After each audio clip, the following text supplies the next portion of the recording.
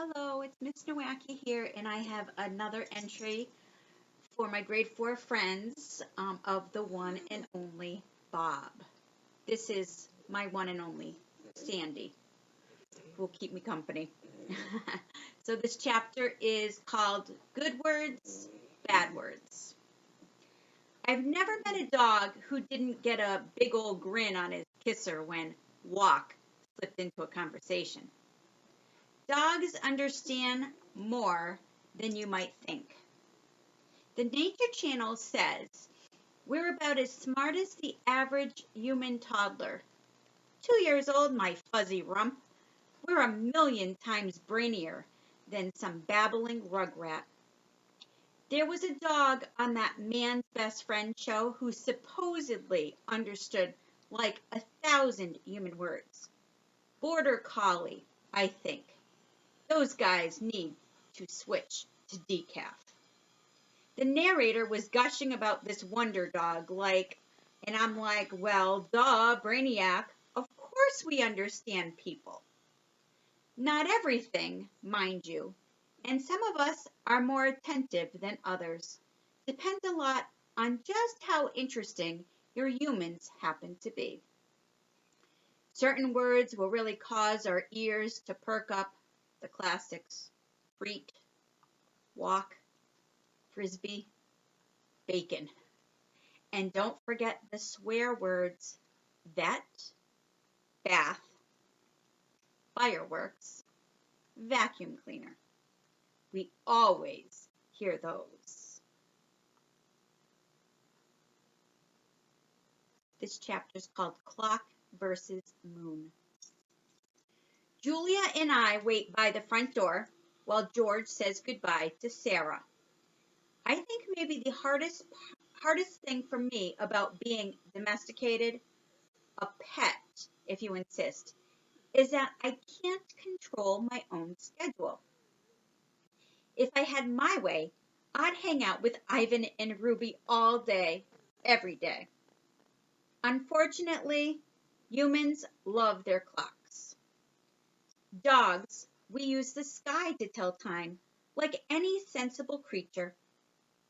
Sky says it's done, time to eat. It's noon, time to eat.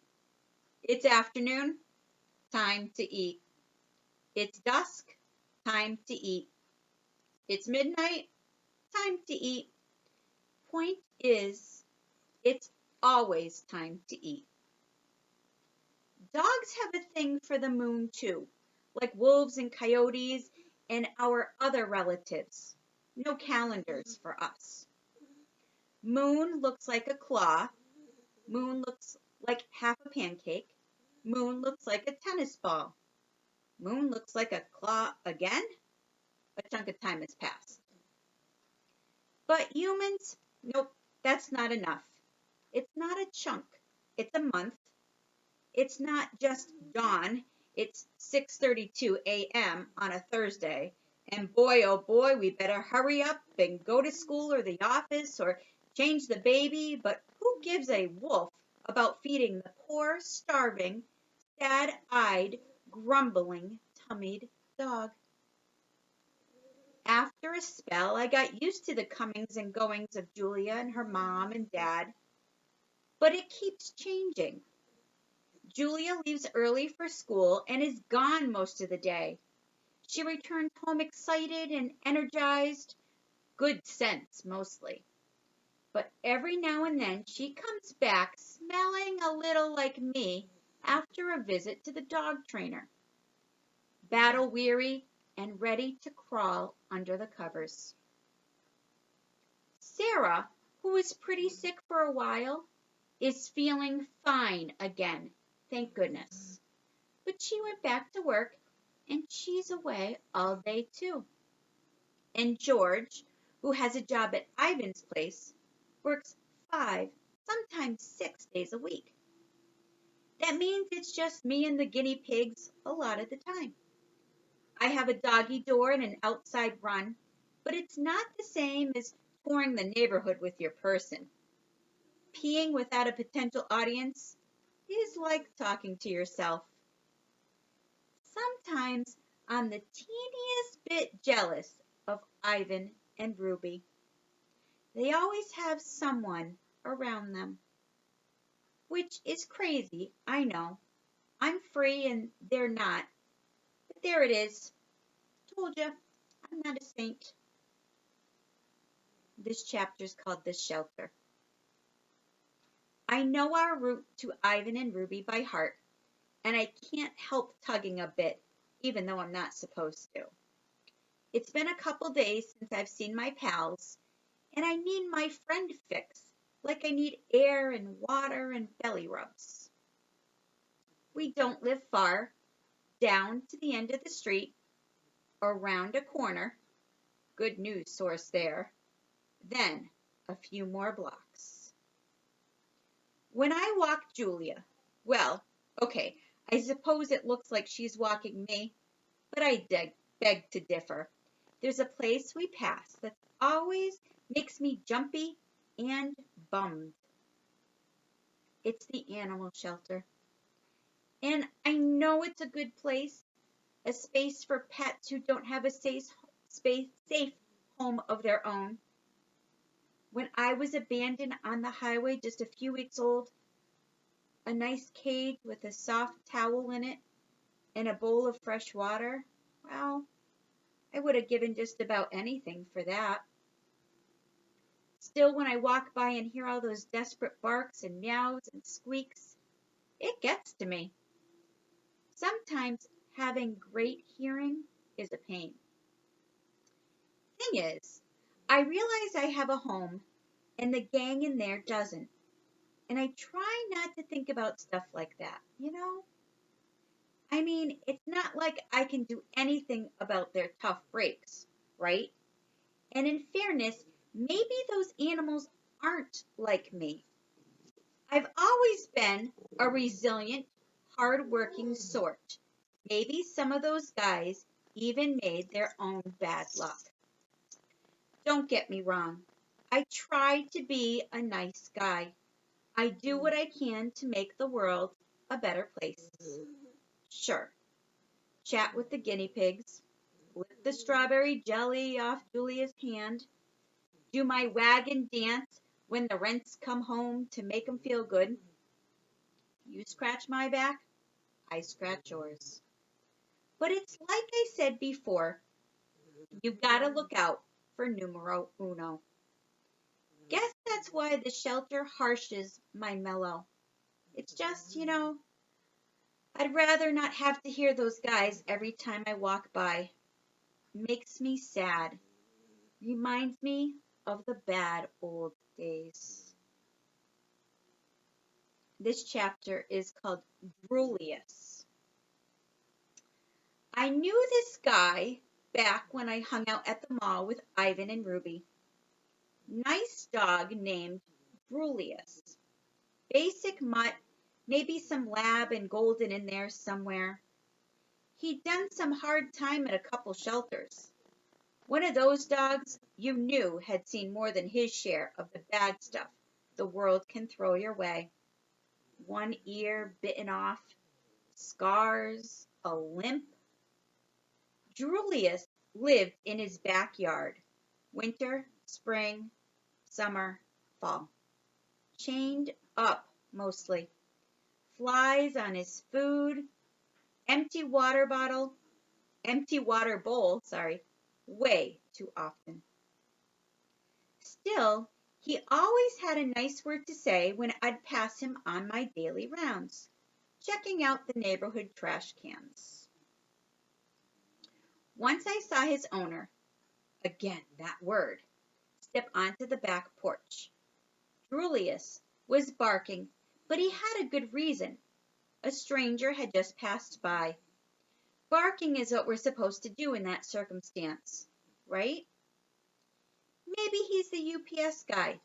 Maybe he's a serial killer. I mean, come on. We're not the FBI. So, anyways, owner came out, big guy, mean looking. Gave Julius a hard kick with his boot. Yelled, "Shut up, you fool." Disappeared. Julius looked at me, kinda embarrassed. We kept talking. A few minutes later, the owner came out again, put some towels on a line. Julius headed over, tail between his legs, cowering, saying, "I'm sorry, I love you. I am yours, yours, yours," with his whole dog being. Guy completely ignored him, headed back inside. "He's having a tough time," said Julius when the guy was gone. "He's a jerk," I said, because subtlety is not my strong point. "No, he loves me. He does. He has a funny way of showing it." "Human," said Julius, licking a sore on his leg. "You know how they can be." "Do I ever? But we gotta stay true. Love 'em, forgive 'em." I thought about that. Thought about it a lot. "Why, though?" I finally asked. "Why do we have to forgive them?" Julius looked shocked, then confused, as if I'd just asked why cheese tastes good. "It just does." "That's the way it is," he said. "That's what we do, Bob." I started to reply, but I managed to hold my tongue, which is not easy for me. It's a very long tongue with a mind of its own. There was no point in making Julius feel worse than he already did. Later that morning, I found half a turkey sandwich, gave the whole thing to him. Well, okay, I had a taste first, but still. And this chapter is called Forgiveness. Seems like forgiving humans is one of those doggy things we're all supposed to do, like having zoomies or doing bed boogies. It's written into our canine souls. Well, somehow I didn't get the memo, the one that apparently went out to every other dog on the planet, about forgiveness. Why should I forgive the human who tossed me and my siblings out into the night? When you forgive, you lose your anger. And when you lose your anger, you get weak. And when you're weak, you can get hurt all over again. And this chapter is called The Art of Human Watching. By the time we reach the park, the sky is definitely in a bad mood. Gray clouds galloping like panicked horses. The nervous scent of rain on the way, the kind that makes you antsy in your own skin. When we get near the employee entrance, I hop into Julia's backpack, like always. We enter through the special gate, where George shows his ID, checks in, and says hi to the staff. Pet dogs aren't allowed at the park. Natch. Foxes, wolves, jackals, my dog cousins, they are. But in my opinion, even though they're technically part of my extended family, they're nothing like dogs. Only dogs have perfected the art of human watching. The smartest thing we ever did was figure out how important the human gaze is. So often, when we follow our owner's eyes, we're rewarded with something amazing. A smelly sock, a glazed donut, a glazed donut that's fallen on a smelly sock. We follow every blink, every sidelong glance. We see it, whatever it is, before humans do. We understand before they do. And if there's a glazed donut involved, we eat it before they do. And this is the last chapter that I'm going to read right now. So this chapter is called Puppy Eyes. It's mid-morning, still pretty early. There aren't many visitors around yet. We've got a meeting in 20, George tells a couple workers, Hank and Sonia, who groan. Just a quick one. Going over contingency plans one last time, in case there's any flooding. During the last hurricane, a small part of the park flooded, mostly near Reptileville. George helped move cages. He came home smelling like cottonmouths and copperheads. It was all I could do not to barf. Weather Service just issued a tornado watch, Hank says. I thought we were having a hurricane, Julia says. We are, Gus. But sometimes tornadoes are spawned during hurricanes, George explains. Julia frowns. But a watch means maybe, not for sure, right? Yeah, but I want you to head home, George says, just in case. Please, Dad, just 10 minutes, Julia says. She's using the special voice she reserves for moments when she really, really wants something from her parents. I guess kids manipulate their moms and dads the same way dogs manipulate humans. I don't know, George begins. I promised Bob. I figured that's my cue to pop my head out and look adorable. So I do. Hey, Bob, says Hank.